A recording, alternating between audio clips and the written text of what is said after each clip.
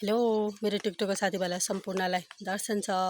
म टिकटकमा के भन्न आएको भने नि, जो गरिमा नानी छिन् उहाँलाई बलात्कार गरेर मार्यो दुईजनाले। उहाँलाई नि पुलिसको हातमा नदिएर जनताहरूको हातमा दिएको थियो भने राम्रो हुन्थ्यो। पुलिसहरूको हातमा दिनुभयो भने त्यही एक दुई झापर कुट्ने, अरू केही पनि गर्दैन, सोधपुछ गर्छन्, अरू केही गर्दैन हैन। र जनताहरूलाई दिएको थियो भने उसले यो करोडौँ जनता छन् नि, उसको आफ्नो आफ्नो सोच भएर उहाँहरूले नि सजा दिनुहुन्थ्यो के। र उसलाई सजा कस्तो भने नि, उसलाई सजा कस्तो छ भने बीच चौडाहीमा लगेर त्यसलाई त्यसको बदनको जति वस्त्र छ सबै त्यसलाई निकालेर त्यसको अङ्गमा जत्रो अङ्ग छ नि त्यसलाई चिरेर नुन खोर्सानी लगाएर खोल्ता हुआ तेल डालेर फेरि खोल्ता हुआ अग्नि त्यसमा डालेर नि त्यसलाई तडप दिनुपर्ने के, त्यसलाई तडप दिनुपर्ने। जस्तो नानीलाई यो गरिमा नानीलाई जिब्रो काटेर आँखा निकालेर गरेको छ नि, त्यो भन्दा पनि भयङ्कर त्यसलाई सजा दिनुपर्ने के, भयङ्कर सजा दिनुपर्ने। हामीले यसरी बोलिरहेको छौँ हैन। उसलाई कति तडप भयो होला, कति तडप भयो होला, कति दुःख होला, कति तडपिन होला नानी भन्नु त, कति तडपियो होला। मेरो चाहिँ सजा यही छ। कतिहरूको सजा कस्तो होला के होला थाहा भएन, लेकिन मेरो सजा चाहिँ यही छ।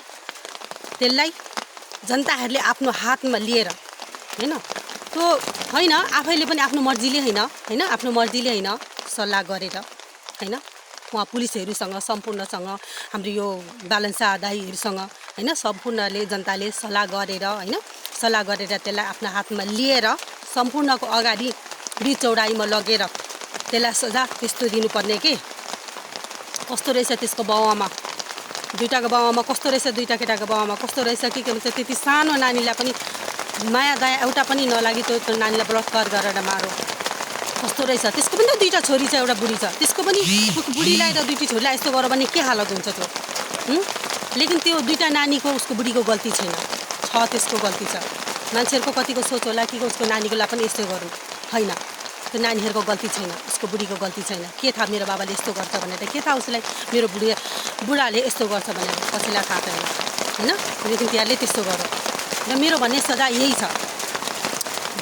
बीच चौडाइमा लगेर त्यसलाई पाट पुर्जा त्यसको लिङ हुन्छ, त्यसको लिङमा चिरेर नुन खोर्सानी लगाएर खोल्ता हुआ तेल डालेर खोल्ता हुआ आग त्यसमा डालेर नि त्यसलाई त्यो सजा दिनुपर्ने के। हामी यो जनताहरूले सबैकोसँग सल्लाह मिलाएर, यो होइन कि कानुन आफ्नो हातमा राख्ने, कानुन आफ्नो हातमा राख्यो भने आफू पनि त्यस्तै हुन्छ हैन। सबैजना आफ्नो सल्लाह मिलाएर सबैजनाले मिलेर बालन शाह दाइसँग सल्लाह गरेर यो सजा दिनुपर्ने। करोडौँको इन्सान छन् हैन, करोडौँको सोच हुन्छ हैन, आफ्नो आफ्नो सोच हुन्छ, आफ्नो आफ्नो सजा हुन्छ। मेरो सजा चाहिँ यही छ, मेरो सोच यही छ, मेरो सजा यही छ। मलाई ती सजा दिनको लागि बोलाएको छ भने त्यसलाई त म एक सेकेन्डको लागि पनि म त्यसलाई आराम दिन्न थिएँ, एक सेकेन्डको लागि पनि आराम दिएँ। यस्तो गर्थेँ त्यसको लिङलाई सबसे फर्स्ट नि म त्यसको लिङलाई चाहिँ नि चिरेर पुर्जा चिरेर नि नुन खोर्सानी लगाएर खोल्टा हुआ तेल र खोल्टा हुआ आगो डाल्थेँ रामको पिल्लेलाई, त्यस्तो गर्थेँ। लेकिन के गर्नु, काश त्यो मिलेको थियो भने राम्रो हुन्थ्यो। लेकिन त्यो भन्दा पनि भयङ्कर हजुरहरूले सजा दिला।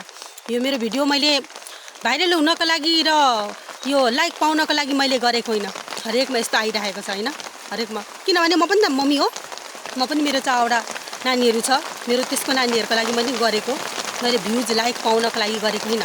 मेरो पनि चारवटा नानी छ, 3 छोरी एउटा छोरा छ। मेरो नानीहरूलाई पनि कहीँ त्यस्तो नहोस् भनेर मेरो पनि फिकर छ, मलाई पनि फिकर छ र यही सोच भएको कारणले मैले भिडियो बनाएको। मैले होइन कि मेरो यो सेयर गरून्, लाइक गरून्, भ्युज गरून्, यसको कारणले मैले गरेको होइन। उहाँ उसको मम्मी कति तडपिनु भएको छ, गरिमाको मम्मी कति तडपिरहेको छ, गरिमाको बाबा कति तडपिरहेको छ, त्यो कति तडप भयो। गरिमाको मम्मी र बाबा तडप्नुभन्दा अगाडि त्यो गरिमा कति तडपियो, कति रियो, कति चिच्यायो।